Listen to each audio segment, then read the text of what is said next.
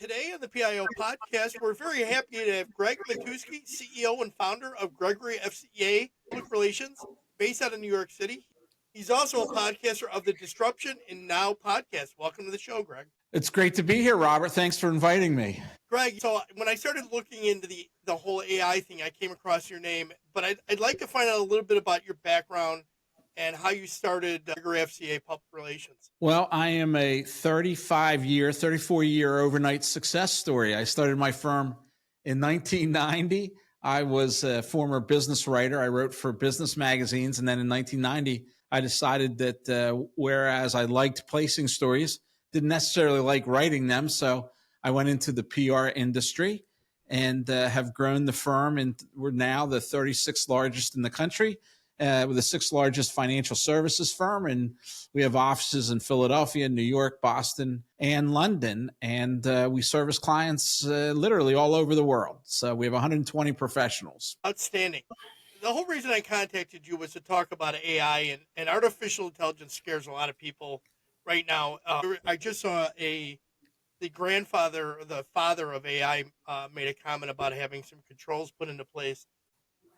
It concerns people because, number one, it's new. It's also, we do know that eventually some jobs are going to be eliminated because of it.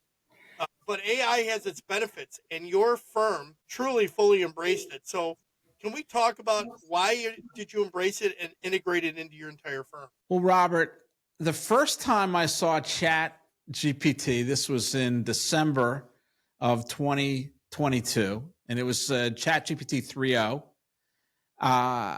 I smiled. It was one of the most joyous days of my life. And the reason being is that I had done PR for many years. And the one thing I'd always struggled with was helping other people become better communicators so that they could spur human understanding, which is the real goal of all human communications. And I've worked with so many people over the years, and I've helped and I've led training seminars on writing and content generation. And I always try to be high energy and excited. And everyone loved the presentation. And then 2 weeks later, we'd be back to where we were. Writing, I believe, is something that requires you to create a neural pathway in your mind and to be able to associate, on the one hand, all the data that goes into it. That's the syntax and the grammar and the word choice with the messaging, with just a high level thinking. And I realized when I saw that here was something that could take care of the data for a lot of people so that they could really focus on the more intelligence part, which was the delivery of the message. And I became enamored with it. I immersed myself in it. My weekends are often spent watching my beloved Philadelphia Phillies with the sound down as I listen to thought leaders on AI. And Jeffrey Hinson, who you mentioned, who is the grandfather of AI and has said some very negative things, is one of the people that I have listened to extensively over the course.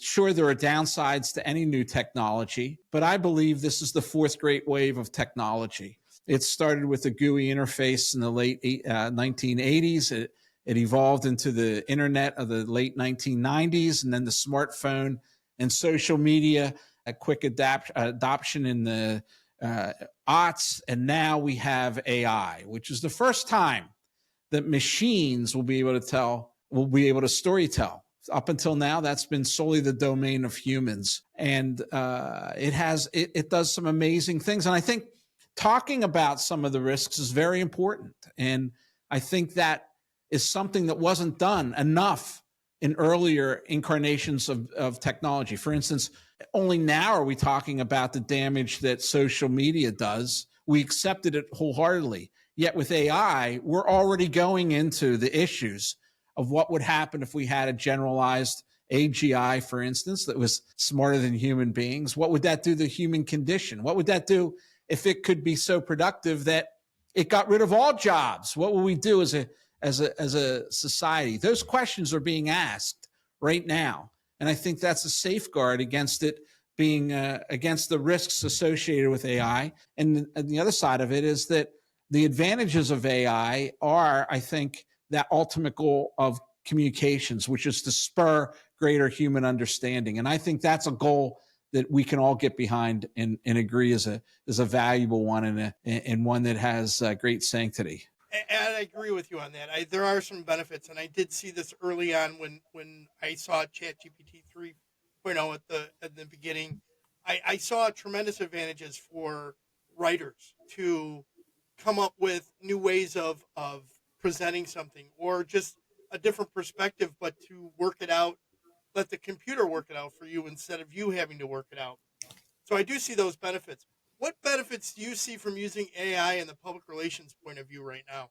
Well, I think there's three main sources of benefits, Robert. One is the content you're talking about, which to be able to generate high quality content is a mix of machine and human right now. The machine alone will not generate great quality content. It'll generate workman quality content. If you need to send an email to your teammates, a collaborative effort, AI does a pretty good job of that. But if you need to write a thoughtful, human, empathetic piece, AI doesn't do that very well. But it does set you up. It does organize it. It does outline it, and it jump starts the process. So certainly on content, it has a value.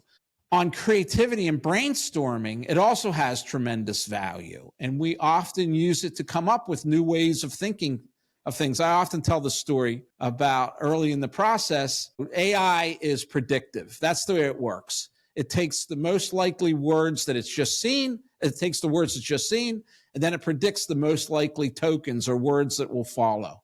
And I often think that's not really the domain of creativity, right? That's the domain of what's been done.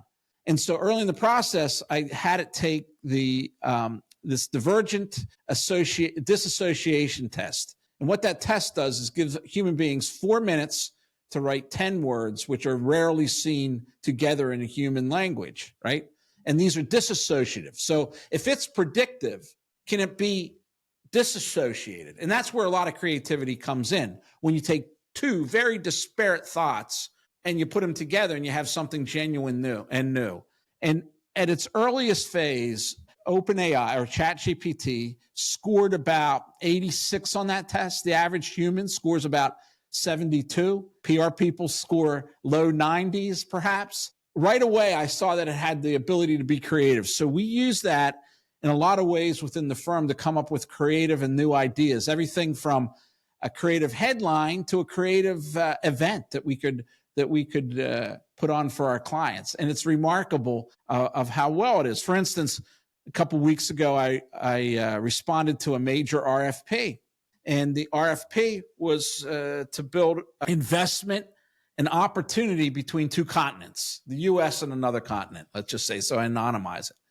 And I went through and I asked it for ideas. And one of the ideas it came up with, and you may say this is not ground shaking, but it was new. It was something I hadn't thought of, was to create a documentary of how the markets are changing and how this investment could change lives all over this continent, right? And to take that documentary and then premiere it at independent film festivals all across the world. And then to sell it to streaming. I mean, the ideas just went on. And that would create huge PR opportunities, right? That then I put into an RFP and responded to using that type of creativity. Now, you say, well, I could have come up with that. It's nothing new, Robert, but was it in my field of perspective when I was responding? No. Did I think it was very additive to the RFP? Yes. So I see that more and more. So that's the second thing.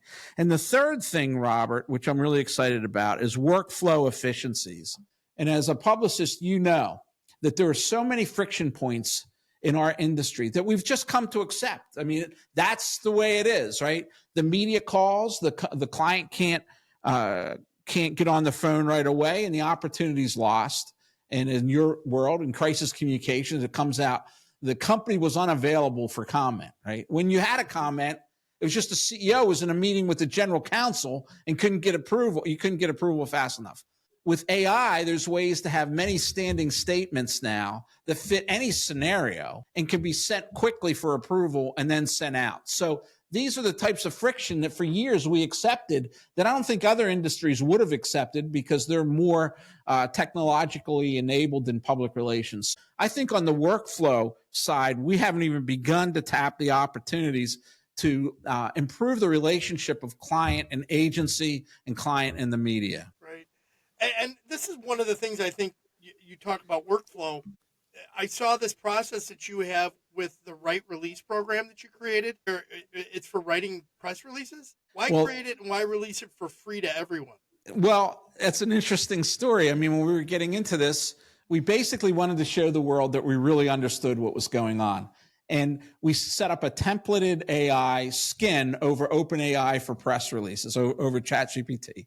And it's amazing you would bring this up this morning because since then, I think a lot of us within Gregory FCA have become a lot more, how should I say, freelancers, where they don't go through a set process, that they just start talking to the machine in natural language and they get what they want out of it. But this morning, I was in a training session with 6 of our new recruits, junior associates, and they don't have the luxury of understanding this natural language process where you can talk to a machine like a human being on the very points you want to get out of it, and it gives it to you. So I brought up Right Release, which is a free online, rightrelease.com, which we released in March of 2023 to great reception. And I said, this is templated. So let's go through our case study that you're working on and put facts in and see what it comes up with. And so we put it in and their jaws hit the ground. They could not believe it came up with such a wonderful analysis of the launch of this new product, which they're working on as part of their 2-week training course here at Gregory FCA. We did that to show our chops, basically, that we know what we're talking about. We did that because we want to have a coalition of the willing, Robert. I really believe that the only way we're going to avoid the risks and gain all the benefits is if like-minded people come together and explore and learn how to use these tools. If we don't do that, I think the risk is much greater. And Right Release was certainly within that collaborative, community-based approach that here's what we learned, feel free to use it. And I could see public sector PIOs, they're always struggling to write a press release that's going to be engaging for the media. We know that that's the hardest thing to get in front of somebody. We're competing for, in some cases, some markets, hundreds of press releases that come out a day. How do you get them to grab yours? And if your rightrelease.com program can help them get that press release into the right hands and the right eyes, why not? That's right. The world, there is no textbook on artificial intelligence. We can only learn from one another. And I often say everything I know about AI, I learned from Twitter, X. And that means that I scroll on it all the time, my thought leaders. And if there's something new and something that was just introduced, I stop, I listen, I try to emulate it. If I can't, I direct message them. They're often polite enough and gracious enough to answer me. And I've learned a great deal through that process on how it works and why it's so transformative. Okay, so let's talk about what you're doing internally. You have an internal AI called GladWrite that was developed and it's now used extensively in your firm. What does it do? Well, GladWrite was a predecessor, and I say this all the time, and I've never been corrected on this, so I think I'm accurate, is that I believe Gregory FCA was the first public relations agency in the world to have its own generative AI platform. We developed that in the beginning of 2022. This was well before the chatbot from ChatGPT was introduced. And we initially released it internally at our annual meeting in December of 2022. And it was full of hallucinations and problems. However, you could see, it's kind of like, what good is a newborn baby, right? Babies have problems. Babies cause a lot of misery, but they're also full of all kinds of potential. I know this, my 18-month-old is staying with us temporarily, and he didn't sleep last night. So there's all kinds of problems with babies, right? But the good news is they grow into something fantastic. So we embedded that within the company. We socialized everyone. We called it GladWrite as a tip of the hat to Malcolm Gladwell, one of the best nonfiction writers I've ever read. And then when ChatGPT came along, we had all the frameworks for prompting already done because of GladWrite. And we just moved that over to ChatGPT, what was 3.0, 3.5, now it's 4.0. 4.0, and we use ChatGPT 4.0 teams now that displaced GladWrite, but was an important step in the evolution of the technology that we had a jump start with. So you were ahead of the game. You were using generative AI before ChatGPT really kind of fell into everybody's lap when they released 3.0. Okay. Yeah, and that was a situation that came about. My son is an engineer out of Carnegie Mellon. In 2021, he challenged me. He said he thought he could write something using AI he would create something that would emulate our writing process. So we started from there, and that was really the beginning of it all, where we created a whole library of tagged written content within the firm that we could access. And then that emerged and became GladWrite, which now gave us the jump start on a lot of different platforms we use. Claude we're evaluating Gemini right now. We use big believers in ChatGPT 4.0. So, all right. So public sector agencies, you alluded to this about that getting a hold of the CEO in a crisis. Public sector agencies are a lot different because, very much that executive, the chief, the mayor, they want to be involved in the crafting sometime of the message. Where do you see AI being used in the public affairs end of it, public information sector, the whole process? Well, certainly in the planning process, I think it plays a big role. And I have done entire crisis communications plans using AI, where I've come up with 30 different scenarios for an organization with statements for each scenario using AI. Down to, for instance, for one client, there was a difference in the statement for those residents that live close to the plant as opposed to those who were in the broader township of the plant, right? So those that have neighboring adjacent property had different concerns, which we identified, and we created specific statements for that. Now, every situation is different, and there's certainly going to be a need to be a part of the process. However, if you can create that plan, if you have the committee in place, if you have the scenario thought out, it incredibly shortens the response time, which is often just as important as what the response is. I mean, when the media wants answers and there's no one to ask and there's no response coming, that puts it in a bad light right out of the box. So the process can be in the pre-formatting of it and the planning of it, which allows any organization at this point to have a plan at their disposal. It's interesting you bring this up. So in the process, when you're writing the crisis communications plan, everybody thinks of the what ifs and so on, but they don't always think about the community in the broader sense, slightly beyond where the crisis occurred. So you're saying AI came up with that and said, hey, we need to address the outer community, the community that's farther away from the crisis as well. Because like you said, they have broader concerns. And that may not have been brought up by the humans in the room when they were writing the crisis plan. That's right. And in this case, we explained what the potential was, right?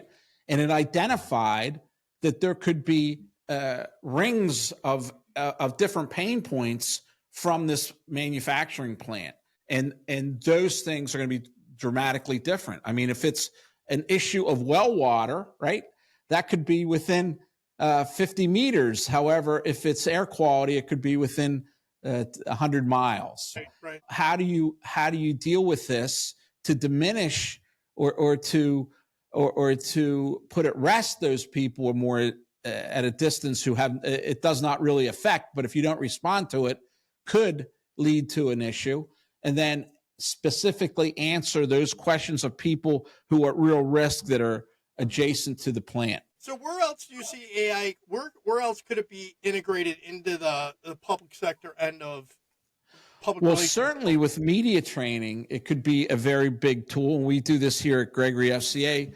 We do a lot of media training. Part of that, if it's crisis, would be an antagonistic interview. To take that interview, record that interview, have Gemini or have Otter AI or any of the tools, ChatGPT, transcribe it, right? Match that with the talking points of what you want to stay with. So you have the interview after training, you train your client, you interview them in an antagonistic manner like the media would do. You then transcribe it. You then have the talking points of where you wanted to address. And then you ask GPT to review the interview against the talking points. Where did we fall short? Where did we score big? How could we have done it better? And it will go through and timestamp for you each one of those. All right. So you can look at a document then and say, you said, Mayor, XYZ. The talking point was elemental pay. Here's why you want to go back to XYZ. And here's how you could have done it better. Right. So then at the end, we'll say, now create an article based on the pre-training, which was the first version where the talking points didn't align, and then create a Wall Street Journal-like article based on the improvements that you suggested. And from that, the public official can see, wow, if I would have stuck to the talking points, I could have got them embedded in the article, which at least would have gotten our message out there. And that has proven to be a very powerful training mechanism that can be done in literally 2 hours, which could have taken up to 15 hours of work to go through the transcript, identify the issues, put them out, and explain why you'd want to stick to the talking points. So that's a huge opportunity that is available to anybody in the sector. So on another avenue, with the whole ChatGPT 4.0 right now, it's really come a long way compared to 3, and now they're talking about 4.5 and a little beyond that.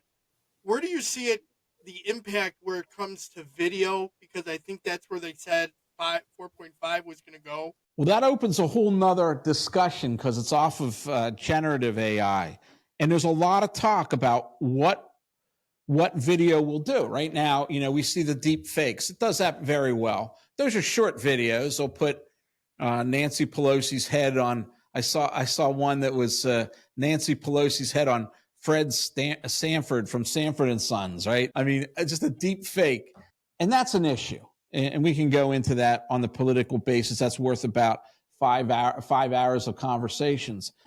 But as far as video production, it'll be interesting to see where it goes. Some technologists think that what we're seeing in things like Sora, which was introduced by ChatGPT, and others, is kind of a parlor trick because they can only generate content for 30 seconds or 60 seconds because the visual world takes more turns than language, right? Language is much more predictable. With Sora, when it was released, there's a video of a drone flying over a California gold rush town, and it's really compelling. And you think, wow, that'll change everything. Well, then you stop and think, but where does it go from here? Does it zoom into the tavern, the saloon? Does it go off to the mine and goes down the mine? Where does the visual storytelling? There's 1,000 different options there.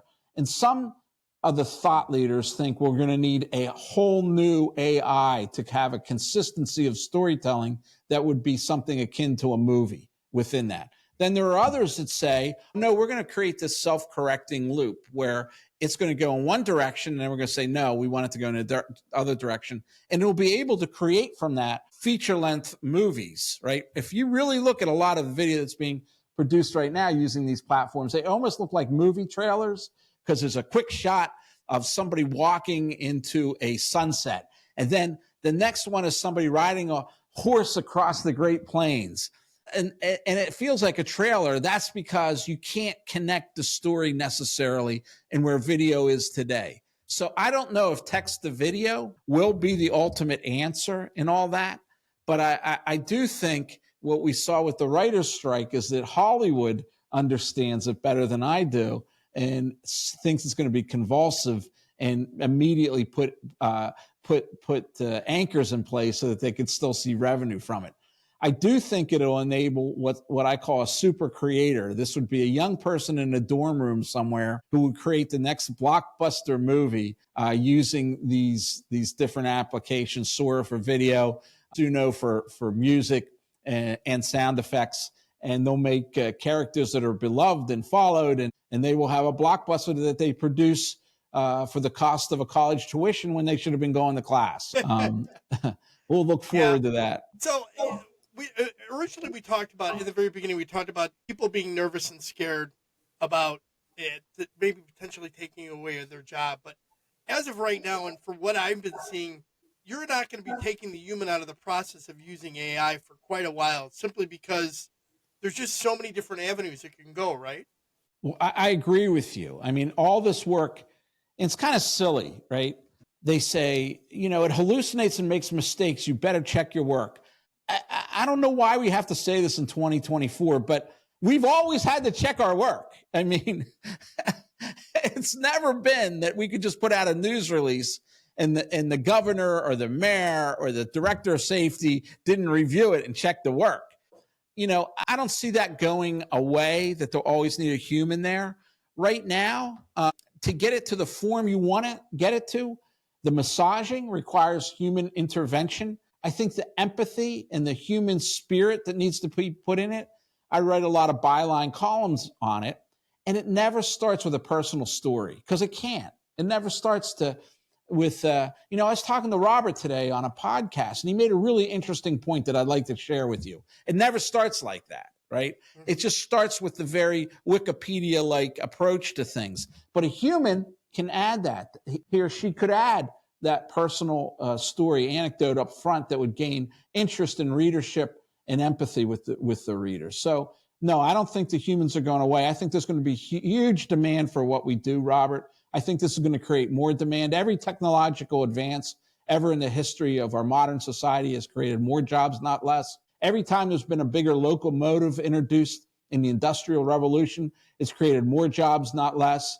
I don't think there's going to be a time where in my future where there'll be autonomous enterprises. I just don't think that's happening in that. But there will be eventually perhaps autonomous enterprises. And then we're already looking at that. We're already looking at where the jobs will be and what we'll have to do as far as training, retraining, or maybe not. I mean, maybe this is a way to generate wealth, which will pay for jobs that have never been paid for before, like being a great parent. I mean, if machines are generating revenue, maybe the revenue would be enough that we could pay parents or pay teachers or what they're worth, or firefighters what they're worth, or EMTs what they're worth, or pediatricians what they're worth. And instead of, an EMT in a small town making $45,000 a year, maybe we could afford to pay him $100,000 and have the very best safety network on the planet. It opens all kinds of doors and opportunities. It's only limited by our own imagination. All right, I'm gonna grab your imagination then. Where do you see AI going in the public sector in the next 5 years? Well, I think, government is always the slowest to adapt, and education. But what you have to realize is there's going to be the next generation. And the next generation is going to come to their jobs already knowing these tools. So the government better prepare for that, like my firm is doing, because I don't want young kids walking in the door who don't use any guardrails. They have got to put up the guardrails. How do you protect it? How do you get rid of bias? How do you make sure it's not hallucinating? How do you assure it's not plagiarized something, that a government agency isn't plagiarizing somebody who holds a copyright? All that needs to be done now, because the next wave of young people, they're going to be using ChatGPT to research, to write, to think, to augment their own educational process. And they're going to come to our offices in the public sector, and they're going to know these tools. And if the guardrails aren't there, it opens it up to tremendous risk, right? But there is no going back, right? And the governments need to learn this could be a tool for speaking to many, many audiences at once instead of a singular audience. Maybe there's messages that have to go throughout to disadvantaged communities if there's a health hazard that's dramatically different than the affluent neighborhoods in your town, right? Maybe you can't say to disadvantaged audiences that just go to your pediatrician when they have no healthcare plan, when they have no relationship with their physicians, when they've been going to emergency rooms instead of to primary care physicians, right? So this would show you, AI could show you where you're making poor assumptions that are that are clogging your communications and thwarting human understanding instead of advancing it. So all that's on the horizon, I think. Excellent. Is there a question that I should have asked regarding artificial intelligence as it pertains to public information officers? And if so, how would you have answered it? Is what we do in a lot of ways is confidential, right? We can't let it be out in the public as we go through this process of communicating with the public because things change, we edit, right? Is there a risk that using AI could be intercepted by others and misunderstood in the sausage making process, right?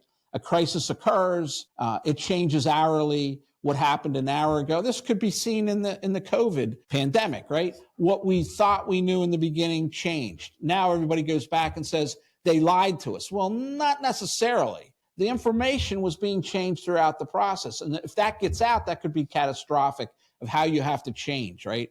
So I would ask, is there a chance that somebody could intercept this and it could be hacked and used against you? And these platforms now have solved that. They've put lockdowns on their systems. Those lockdowns are only as good as, for instance, Microsoft's cloud, Google's cloud. If you believe that your information is safe there, then I think you have to believe that your information is safe in the AI platforms too. And doesn't mean it can't be hacked. It just means that there is a degree of safety there that prevents it from becoming in the public domain. Okay. Greg, can we switch to some rapid fire questions? I'm sorry? Can we switch to some rapid fire questions? Go ahead. Texting or talking? I'm sorry? Texting or talking? People know they call me or go find me. Coffee. Adult drink of choice? I don't drink much. Unsweet iced tea. What would be your superpower if you could have one? Visibility. Ask permission or beg for forgiveness? Oh, beg for forgiveness. Place you'd most want to travel to? Amalfi Coast. Beautiful, isn't it? Yep. Who would you choose if you could have coffee with any historical figure, living or dead? George Patton. That would be an interesting interview. Yeah. What key points would you like our listeners to take away from today's interview? That we really need to have a coalition of the willing. And even if once you learn about AI, if you reject it, you'll be a part of the community. You'll know why you rejected it and you'll understand it. So instead of resisting it, I would ask them to start playing with it and start seeing what it can do in their world and their careers and help advance the government's cause with better communications. I agree with that. Is there anything else you'd like to add, Greg? No, it's been a fun conversation. I appreciate it. Greg, how could people best reach out to you if they want to connect or learn more about your firm or what you're doing with AI? GregoryFCA.com. We're all over social media and all over our website. So just look for us. I will add all that into the show notes. Gregory, thank you very much for being on the show. Thank you. Take care, Robert. Thank you. Bye-bye.